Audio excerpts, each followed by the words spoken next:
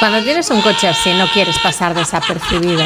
Y lo primero que vamos a hacer es rellenar esos huecos, que no quede tanto espacio libre. Pero antes de nada, si vas a querer escuchar cómo suena, comenta sonido.